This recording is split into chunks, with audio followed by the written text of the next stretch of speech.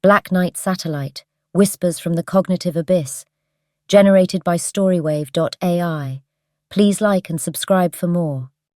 Chapter 1: The Awakening.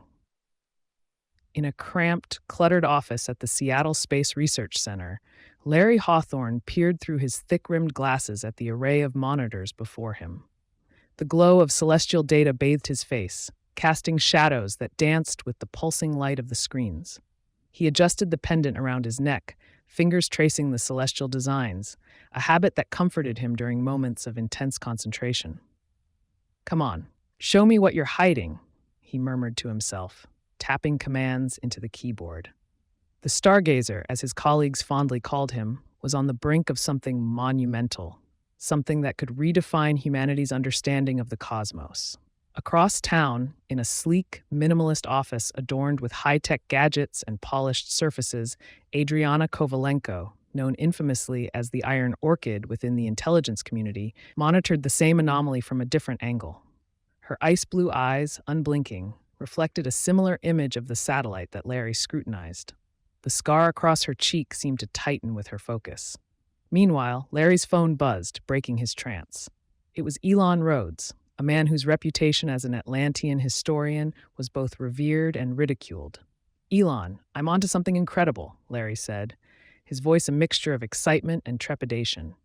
"You've said that before, Larry," Elon replied, his educated tone always bearing a hint of skepticism. "What is it this time?" "It's a satellite, unlike anything we've ever seen. It doesn't match any recorded launch."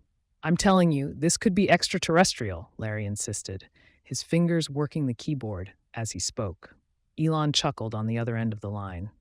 "Extraterrestrial? You're going to need more than speculation. The community will demand hard evidence. I know. But there's something about its orbit. The signal patterns, it's not random. It's like it's trying to communicate with us." In her office, Adriana's attention was piqued. Communication? Now, there was a word that always signaled potential threats or opportunities. Back at the research center, Larry faced ridicule head-on as he presented his findings to his peers. Dr. Janice Meller, a seasoned astronomer with a penchant for shooting down outlandish theories, was the first to scoff. "Larry, your imagination is as boundless as the universe. But without tangible proof, this is just another conspiracy theory," she said, eliciting snickers from the gathered crowd. Larry's jaw tightened. "I understand your skepticism, but I'm certain there's something more to this. I just need time to analyze the data." "Time is a luxury we don't have for wild goose chases," Dr. Meller retorted, turning on her heel to leave. As the room cleared, Larry sat alone, the weight of isolation pressing down on him. But he wasn't deterred. He turned back to his monitors, diving into the satellite's mysterious signal patterns. Hours slipped by as he charted and recalculated, his mind racing with possibilities. "What are you?" Larry whispered to the enigmatic object orbiting their world. The Black Knight, as he'd begun to call it, was a puzzle that beckoned him, a whisper from the cognitive abyss that promised answers and knowledge beyond human comprehension. It was the dawn of an awakening, a journey that would lead Larry down a path fraught with danger and discovery. The eyes of the world, known and unknown, were now fixed on the Black Knight, and there was no turning back. Chapter 2: Echoes of Atlantis. The Seattle Space Research Center hummed with the usual symphony of beeps and clicks, while Larry Hawthorne sat surrounded by towering bookshelves laden with dusty tomes and modern texts alike. His office, a sanctuary of knowledge, felt smaller by the minute as the mystery of the Black Knight satellite loomed larger in his mind. Stretching his fingers, Larry picked up an ancient-looking book with a cover that bore the faded image of a sunken city. The title read, "The Echoes of Atlantis, a Chronicle of the Lost."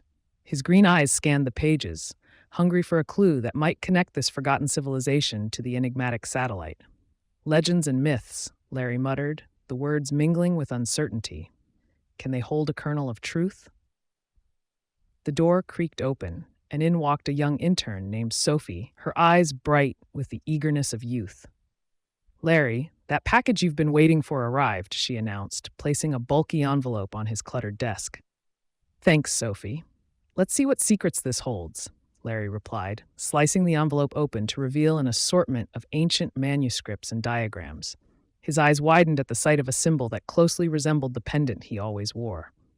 At that moment, the phone on Larry's desk rang.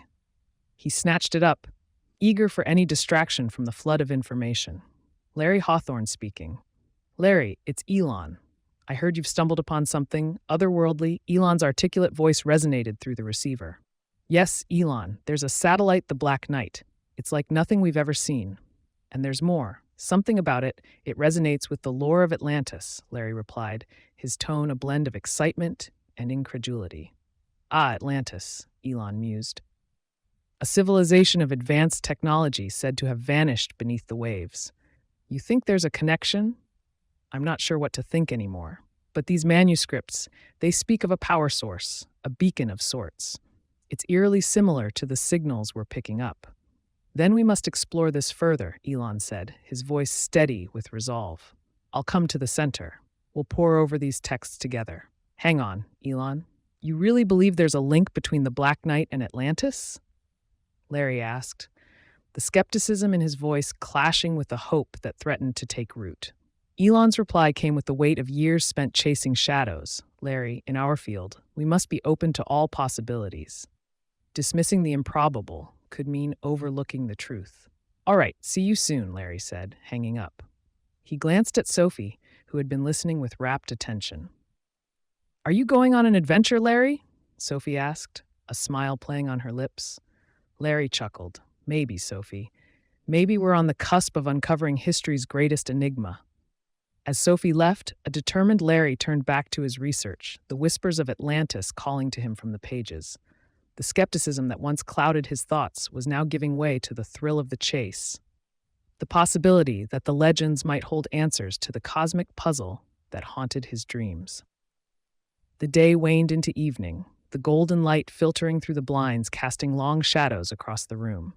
Larry sat, surrounded by ancient wisdom, feeling the weight of centuries bearing down on him. The Black Knight, an echo of a past long submerged in the deep, was calling out, and Larry was ready to listen. Chapter 3. The Black Knight Rises. Seattle's Space Research Center was abuzz with activity, the air thick with anticipation, as Larry and Elon stood before a sprawling digital map. The screens cast a cool glow over the ancient manuscripts spread out on the table, the juxtaposition of old and new hinting at a bridge between eras. So, you're saying this satellite could actually be thousands of years old? Elon asked, adjusting his glasses as he leaned closer to the intricate diagrams. Larry nodded, his fingers tracing the constellation patterns on the map. It's crazy, but the orbit it matches the celestial descriptions in these Atlantean texts. It's almost like a beacon that's been waiting to activate. Elon's hazel eyes lit up with a spark of understanding. And if Atlantis did possess such advanced technology, who's to say they didn't have the means to launch it into space? A knock on the door interrupted their discussion. It was Adriana, her silver hair pulled back in a sleek ponytail, her presence commanding as ever. Gentlemen, she greeted them, her voice firm with a hint of her Russian heritage. Adriana, what brings you here? Larry asked, wary of her sudden appearance. I've been assigned to oversee this investigation. The satellite has attracted quite a bit of attention, she replied, her icy gaze sweeping over the ancient texts. Larry exchanged a look with Elon. We're on the verge of linking it to Atlantis. If it's true, the implications are enormous. Adriana's lips curled into a half smile. Indeed, and you can imagine the interest it has sparked across the globe. Elon stepped forward, his demeanor calm yet assertive. You're not here just to observe, are you, Adriana? There's more at stake. The world is watching, Elon. Watching and waiting, she said cryptically. I'm here to ensure the knowledge is secured. Larry felt a surge of protectiveness over his research. This isn't just about power or secrets. It's about understanding our past and how it shapes our future. Adriana took a step closer, her blue eyes locked on Larry's. Then we're on the same page, Larry. Knowledge is power, after all. But remember, not everyone wants it shared. As Adriana left, Larry turned to Elon. We need to be careful. If she's here, it means we're already in deep waters. Elon nodded, his wise eyes reflecting the gravity of their situation. We must tread lightly. The path to Atlantis is fraught with more than just myths and legends now. The two men continued their work, the night creeping around them as they pieced together the cosmic puzzle. The Black Knight, a silent sentinel from a bygone era, hung in the sky, a testament to the ingenuity of a civilization lost to time, but perhaps not forgotten. Their research was more than just a quest for answers. It was a race against forces that sought to control the narrative of human history. As the pieces began to fit together, Larry and Elon realized they were no longer simply astronomers and historians. They were guardians of truth on the brink of awakening an ancient power. Chapter 4: Frequency of Euphoria. Larry sat at his desk, his eyes fixed on the screen displaying a wave of data. The hum of computers filled the room at the Seattle Space Research Center as he and Elon, huddled together, analyzed the latest findings. Look at this, Elon. The frequency emitted by the Black Knight, it's having an effect. People are reporting feeling sharper, more alive, Larry said, a note of disbelief in his voice. Elon peered over Larry's shoulder, his brow furrowing. Is it possible? An ancient satellite boosting human cognition? Sophie bounced into the room, her youthful energy matching the excitement of the discovery. Larry, there are news reports coming in from all over. Test scores are up, problem-solving skills are off the charts. It's like a global brain boost. Larry's green eyes met Elon's hazel ones.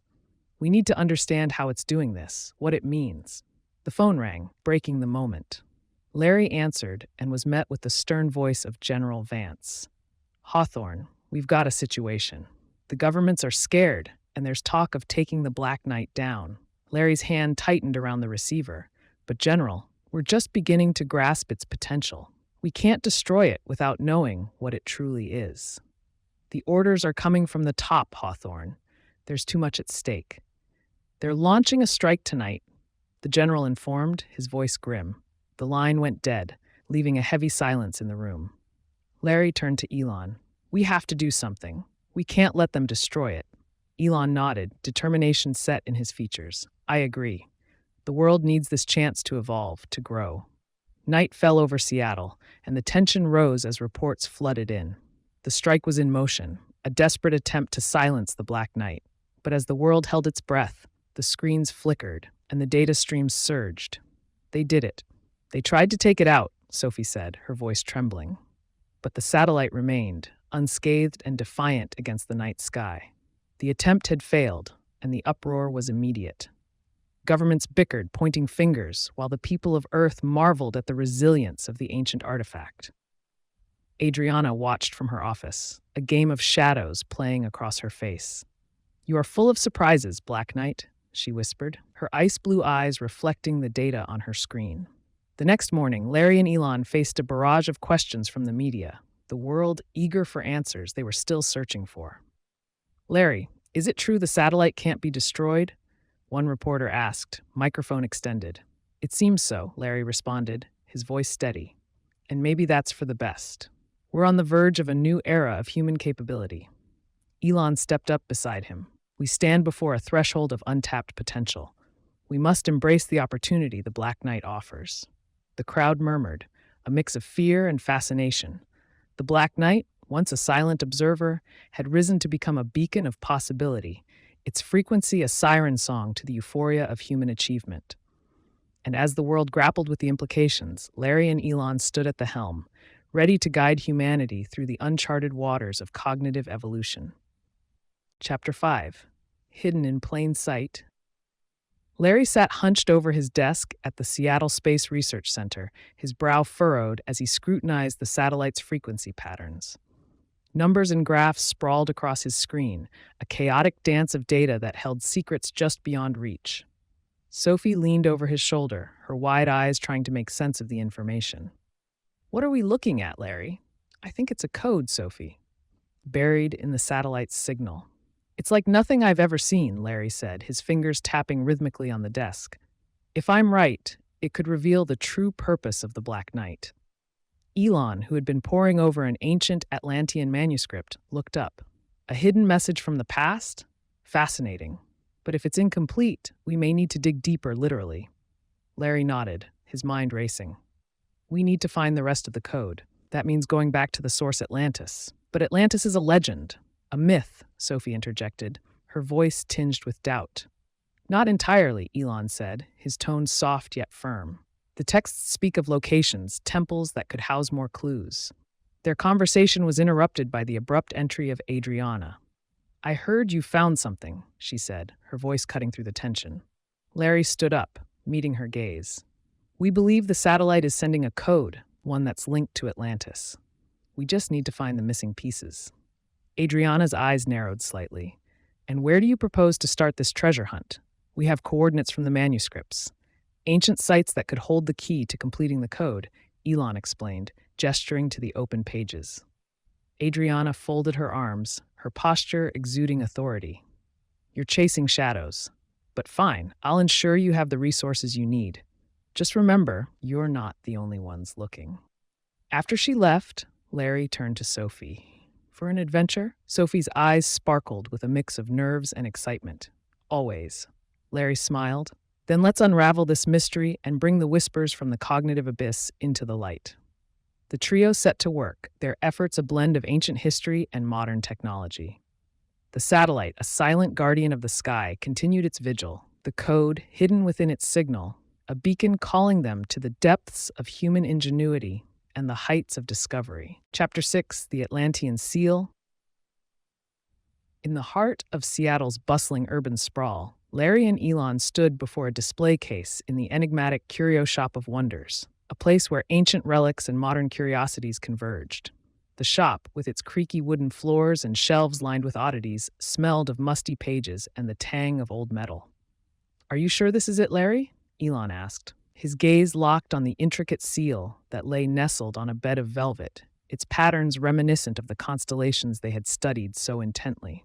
It's identical to the one in the manuscript, Larry confirmed, pointing to the circular design etched into the seal. And when we hold it up to the satellite's frequency, the shopkeeper, a wiry man with spectacles sliding down his nose, leaned in, his curiosity piqued. Ah, you folks interested in the Atlantean seal, are you? They say it holds mysterious powers. Larry exchanged a glance with Elon. We believe it's part of something important. Do you know where it came from? The shopkeeper stroked his chin, considering. Came from an estate sale, that one. Old family, lots of history. Said it was found during an excavation near the Pillars of Hercules. Elon's eyes shone with excitement. That's near where Atlantis was said to be. Larry, we're on the right track. But there's more, the shopkeeper interjected. The seal's power ain't just in the craftsmanship. It's said to come alive with a certain mineral, some rare stone that's hard to come by these days. A mineral? Larry echoed, his thoughts racing. Do you know what it's called or where we might find it? They call it orichalcum, bright as fire and tougher than steel. But good luck finding it. Last I heard, the Hypertech Corporation holds the last known reserves, and they don't share easy. Hypertech? Elon mused. They're the leading tech conglomerate. Their CEO, Marcus Drake, is known for his tight grip on rare resources. Larry looked determined. Then we need to meet with Marcus Drake. If this seal and the orichalcum resonate with the satellite's frequency, we might unlock its purpose. The pair thanked the shopkeeper and stepped out into the crisp Seattle air. They made their way to the towering glass and steel structure that was Hypertech's headquarters, a testament to modern innovation and corporate power. Inside the sleek lobby, they approached the reception desk. Larry Hawthorne and Elon Rhodes to see Marcus Drake, Larry announced. The receptionist eyed them skeptically. Do you have an appointment? Elon leaned in, his voice persuasive. It's a matter of some urgency. It's about the orichalcum. Moments later, they were escorted to a high-floor office with panoramic views of the city. Marcus Drake, a man with sharp features and calculating eyes, greeted them coolly.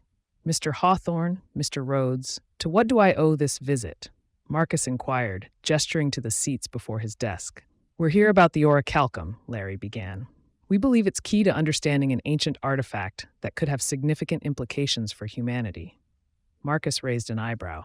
And why should I help you? Orichalcum is invaluable to our research. Because we think it's connected to the Black Knight satellite, Elon said, watching as Marcus's interest visibly peaked. The CEO paused, considering the potential. Very well. I'll grant you access to the orichalcum, but I expect to be kept in the loop about any developments. As they left the office with the promise of the rare mineral in hand, Larry felt a surge of hope. The Atlantean seal and the orichalcum could be the key to unlocking the whispers that had called to them from the cognitive abyss. A step closer to understanding the legacy of Atlantis and the true power of the Black Knight. Chapter 7. A Mind at Peace. The Seattle Space Research Center was unusually quiet, the usual hum of activity muted as Larry and Elon stood before a screen displaying rising graphs and statistics. The Black Knight's frequency had strengthened, and with it, there were clear changes happening around the world. "Look at these reports, Elon. It's as if people's minds have been calmed," Larry said, his finger hovering over the screen's surface. Elon, his gray hair seeming to blend with the lab's sterile atmosphere, nodded in agreement. "Crime rates have plummeted, and there's a notable decline in aggression. It's unprecedented." Sophie, her youthful face reflecting a mix of wonder and concern, chimed in. "But isn't it strange? It's like everyone's become too content. No one's questioning it." "That's what worries me," Larry admitted. "What if this peace comes at a price?" As they pondered, murmurs of conspiracies bubbled up from the internet and onto the streets. People began to whisper about the satellite, some with awe, others with suspicion. "Have you heard the latest, Larry? They're saying the Black Knight's controlling our thoughts," Sophie said, scrolling through her phone, her eyes scanning the rising tide of social media posts. Elon frowned, glancing at the screen. "Control is a strong word, but we can't deny the satellite's influence. We need to understand its intentions." Larry took a deep breath, his mind a whirlwind of facts and fears. "We can't let fear dictate our steps. Let's focus on the facts." Their discussion was interrupted by the arrival of Adriana, her athletic figure cutting through the tension like a knife. "I see you're aware of the public's concerns," she said, her voice carefully neutral. "We are," Larry confirmed, meeting her ice-blue gaze. "But we need to be careful how we address this. Panic could be more dangerous than the satellite itself." Adriana nodded once, sharply. "Agreed. Keep me informed. We can't afford to be blindsided by our own creation or by the fear it's inspiring." As the day waned, Larry, Elon, and Sophie continued their analysis, the weight of the world's newfound tranquility pressing upon their shoulders. The Black Knight, an enigma wrapped in the sky's embrace, held the Earth in a gentle, yet potentially ironclad grip. The satellite's whispering frequency, a lullaby to the masses, promised a mind at peace. But at what cost? The trio knew they were racing not just against time, but against the tide of human consciousness itself. Chapter 8. Shadow Figures. Larry buttoned his coat as he stepped out into the chilly Seattle evening, the Space Research Center's glass doors sliding shut behind him.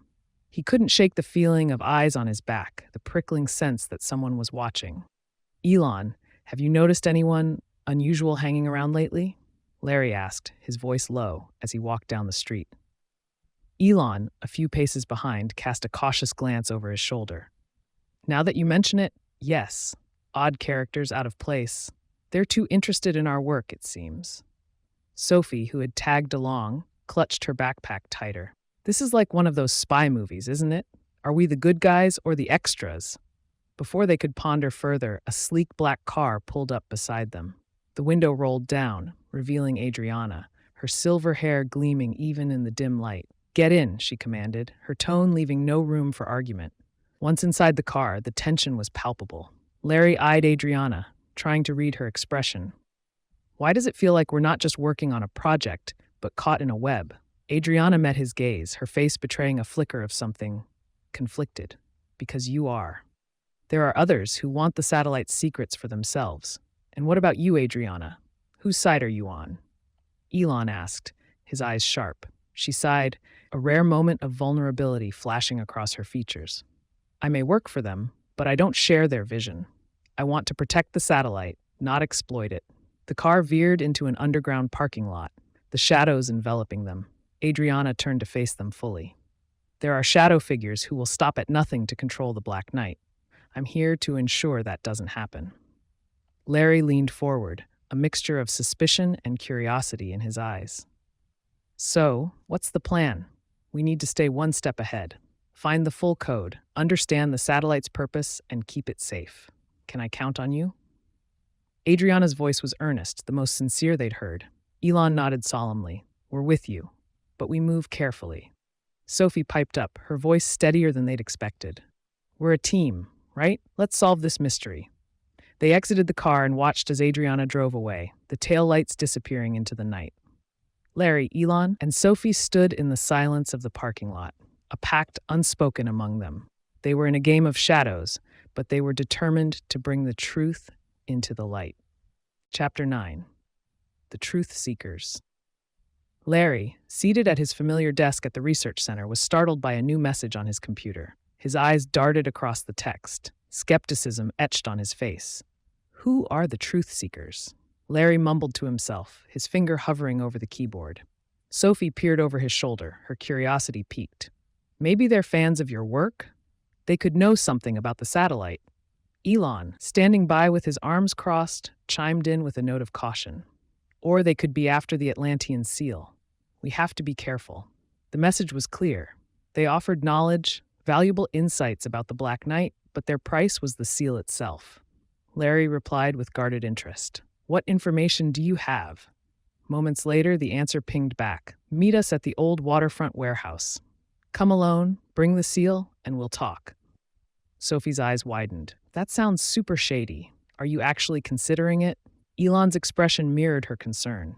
It's a risk, but we might gain the upper hand. Larry made up his mind. I'll go, but you two will keep a close watch. The warehouse was an imposing structure, its aged walls telling tales of a bustling past now silent. Larry entered, the Atlantean seal tucked securely in his jacket. A voice echoed from the shadows. You came. Wise decision. Larry scanned the dim interior. Show yourselves. Let's see if this trip was worth my time. Figures emerged, their features obscured by the dim light. We've been monitoring the satellite's impact, tracking its patterns, one of them said. And? Larry pressed, his voice steady. We believe it's leading to something big, a cognitive leap for humanity. But it needs the seal to unlock its full potential, another figure added. Elon, watching from a distance through binoculars, whispered into his radio, Careful, Larry. They're too eager. Sophie, stationed at a nearby vantage point, added, Yeah, and what's with the whole cloak and dagger act? Larry faced the group, his resolve hardening.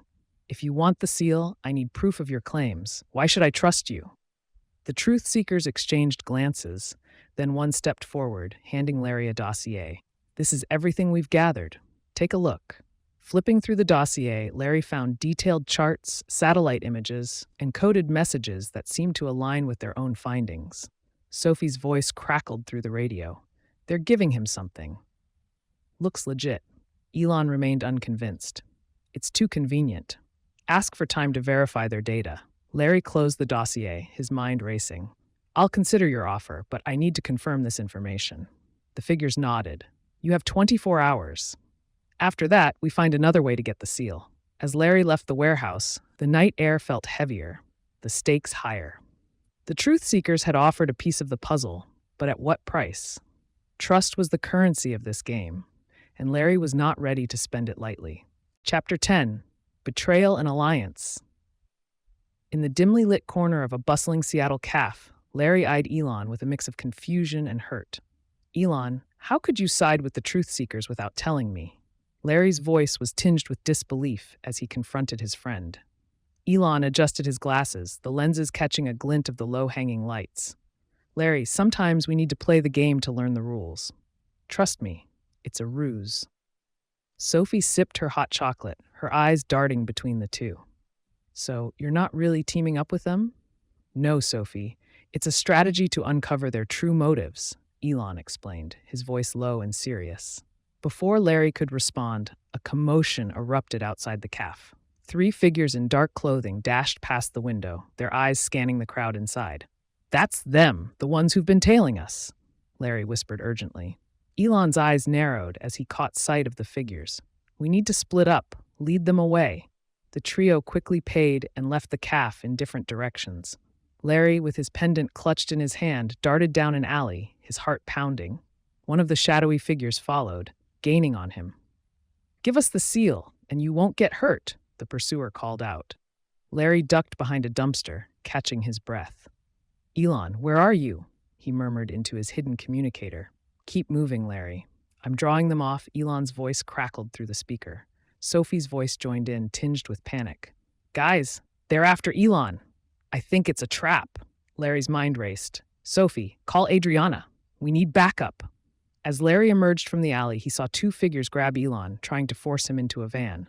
Without hesitation, Larry charged at them, tackling one of the assailants to the ground. Let him go, Larry shouted, the adrenaline surging through him. Elon struggled against his captor, his usually composed demeanor now fierce with determination. Larry the Seal. Keep it safe. The scuffle was abruptly interrupted by the roar of an engine. Adriana's car skidded to a halt, and she leaped out, her athletic form poised for action. Get away from them, Adriana commanded, her authoritative voice causing the attackers to hesitate. With the distraction, Elon wrenched free, and they all dashed to the car, slamming the doors shut behind them. As they sped away, Elon caught his breath, turning to Larry. I knew you wouldn't leave me behind. Larry nodded, gripping the steering wheel. We're in this together, no matter what.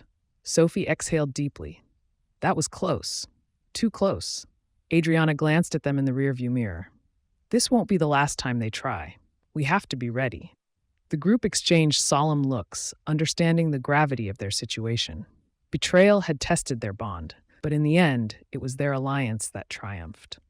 The mystery of the Black Knight deepened, and the unknown faction's desperation revealed just how high the stakes were. They were in a race not just for knowledge, but for their lives. Chapter 11: The Global Mind. In the bustling heart of Seattle, in a small, unassuming cafe, Larry, Elon, and Sophie huddled around a laptop, the screen displaying news from around the globe. Reports of the Black Knight's influence on human behavior had hit the airwaves, and the world was reacting with a mixture of awe and fear. Can you believe this? Sophie asked, pointing at a headline. They're calling it the global mind. Countries are freaking out, thinking it's a weapon or something. Elon, his gray hair seeming more unruly with stress, rubbed his temples. It's not a weapon, but it's powerful, and power always makes people nervous. Larry sipped his coffee, his mind racing. We've got to figure out the new frequency.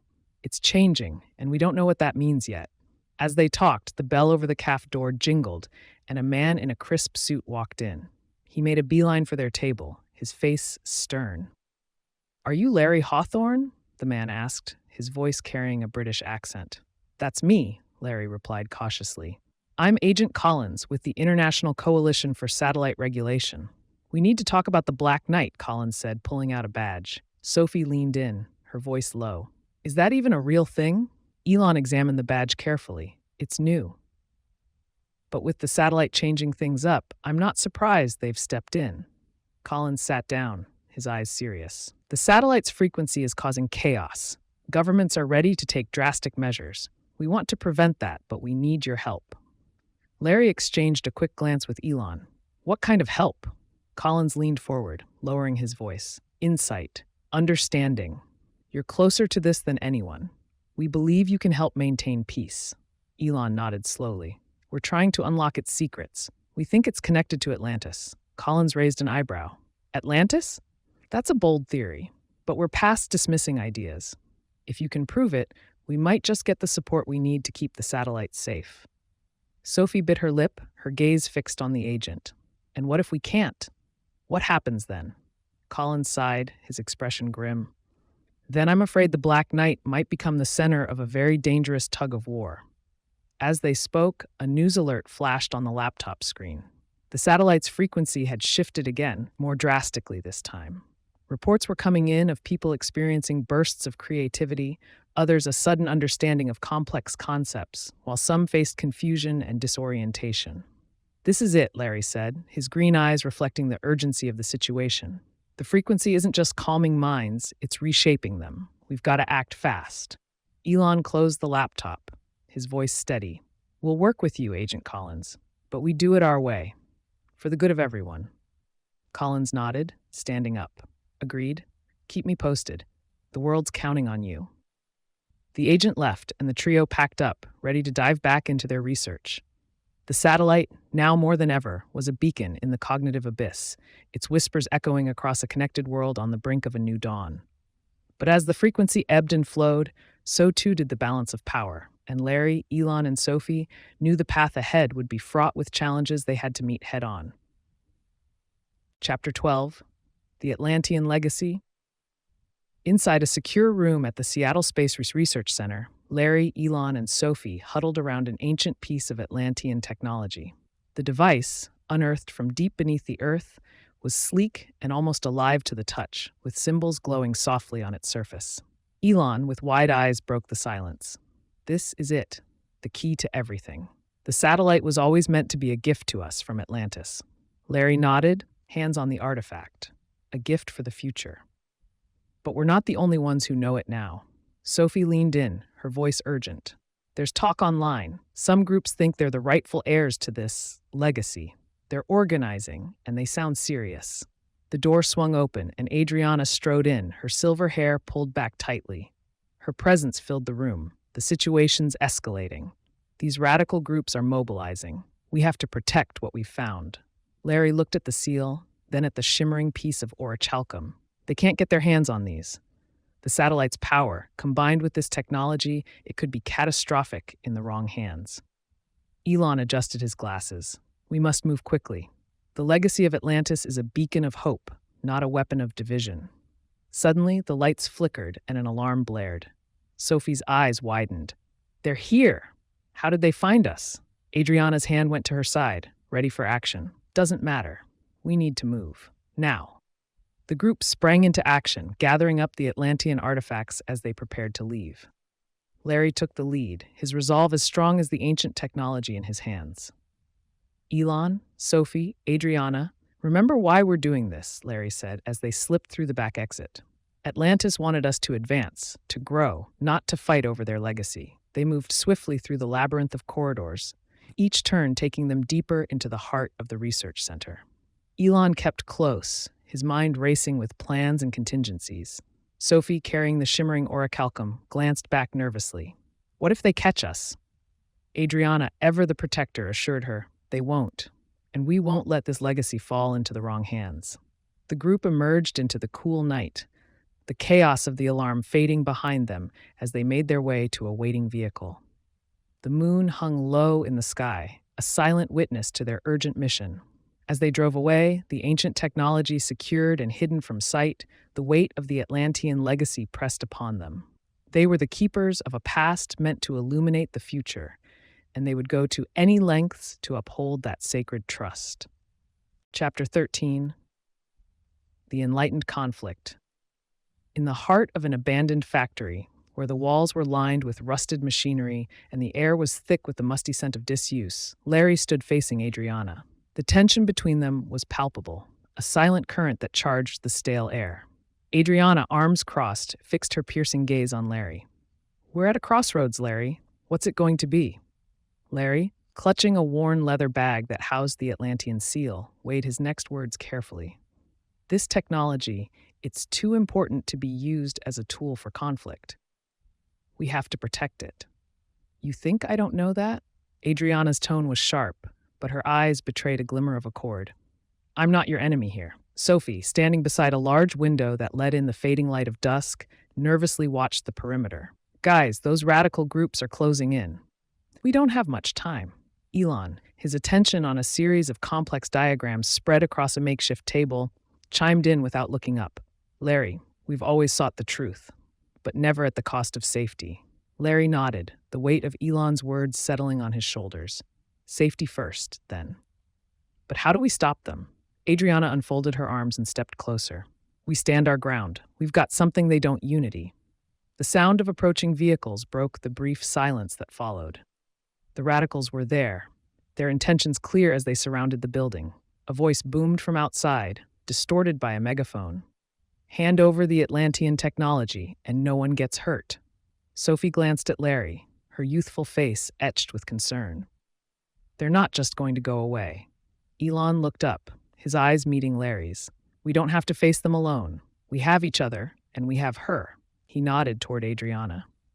Adriana stepped to the doorway, her silhouette framed against the backdrop of encroaching figures. Listen to me, she called out. This isn't the way. The legacy of Atlantis was meant for all, not for the few. Voices erupted from the crowd, a cacophony of anger and desperation. But amidst the chaos, a few began to lower their weapons, their resolve waning. Larry stepped forward, holding the Atlantean seal aloft. Look at this.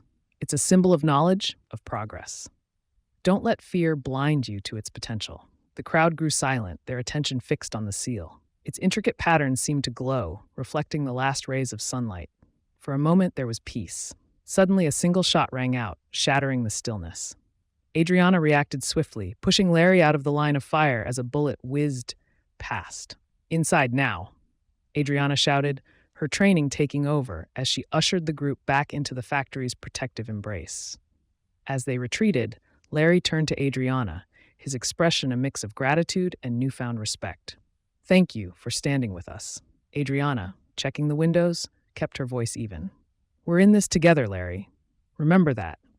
The enlightened conflict had reached its zenith. The radical groups, once a formidable threat, now hesitated, their conviction shaken by the unity and purpose displayed before them. Larry, Elon, Sophie, and Adriana stood firm, a testament to the power of collaboration against the forces of division.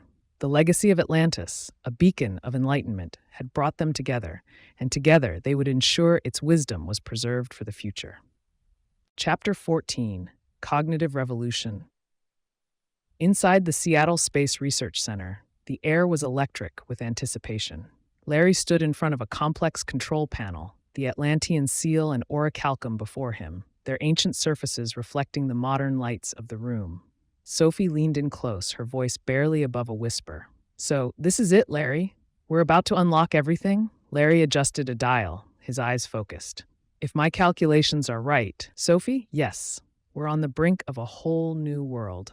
Elon, nearby, peered over a stack of books and ancient manuscripts. Remember, it's not just about the leap forward. It's about how we guide that leap.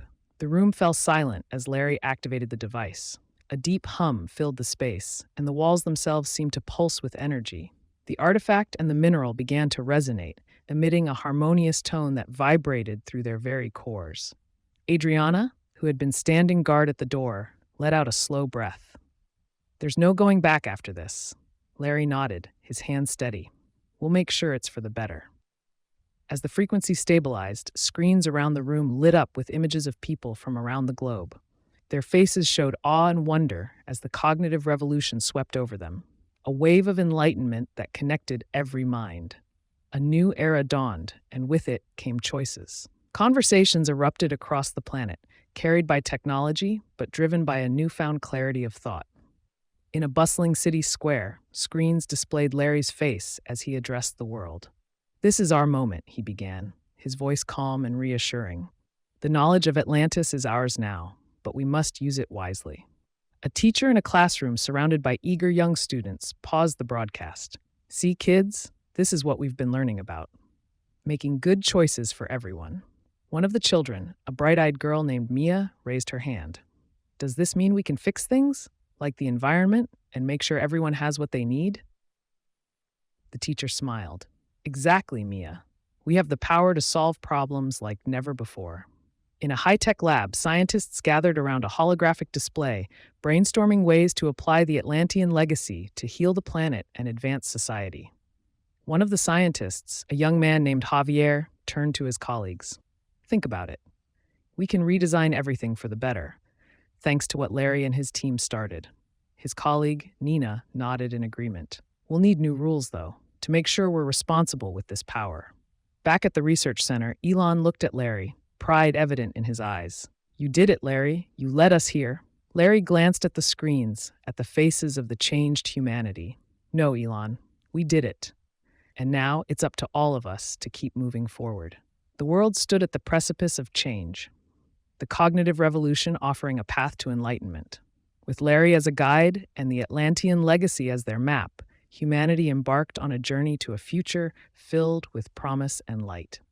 Chapter 15: The Black Knight's Secret.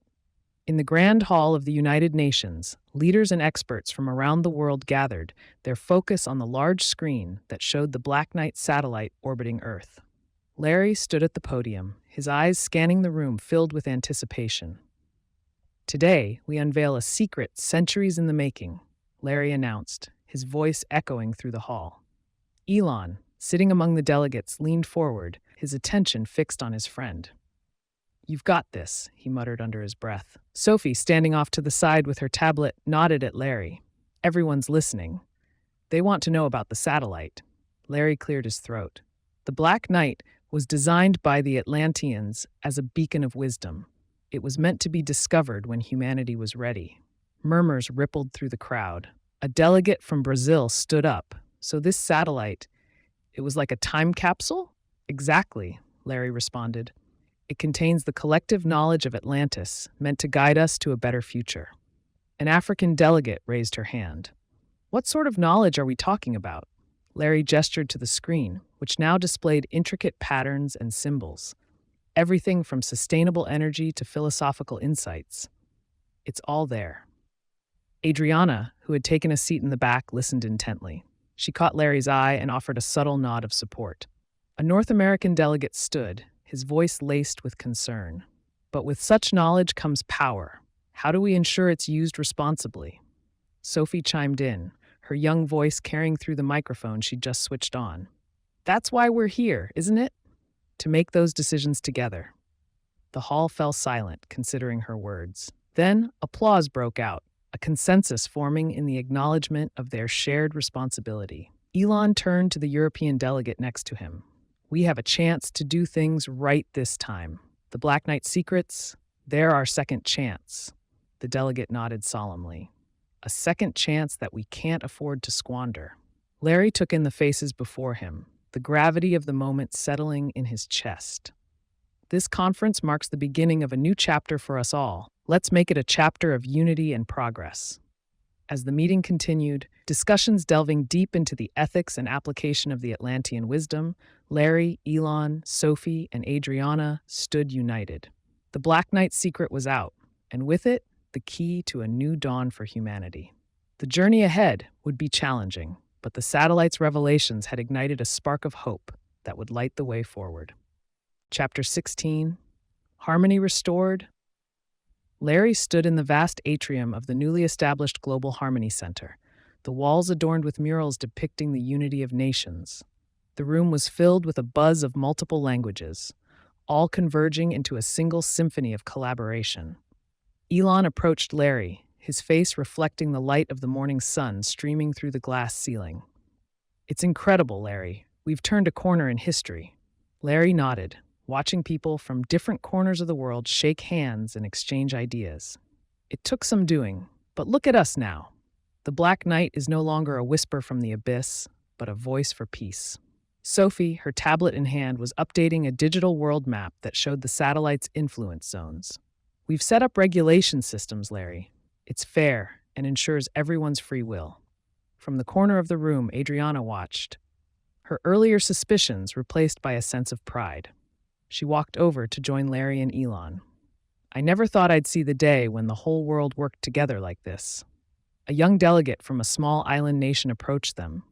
"Mr. Hawthorne, I can't thank you enough.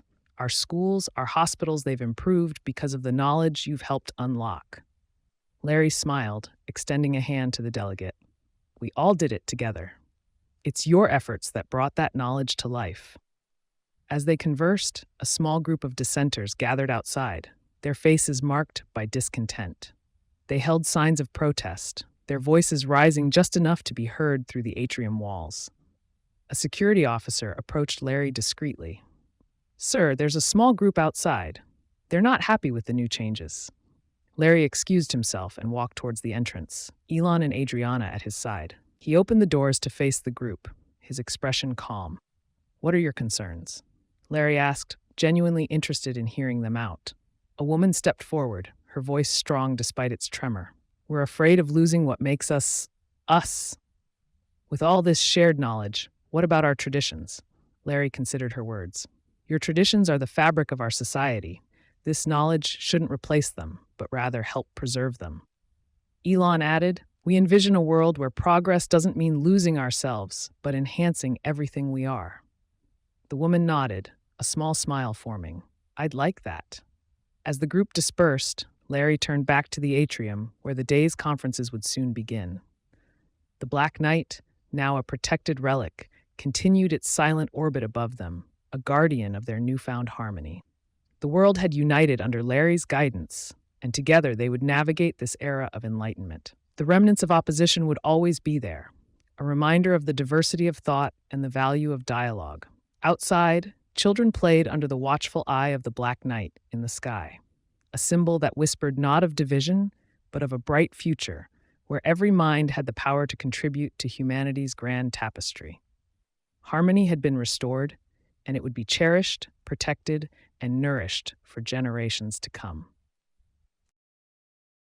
Thank you for listening. Subscribe now and visit our website, StoryWave.ai, to start creating your own generative audiobooks today.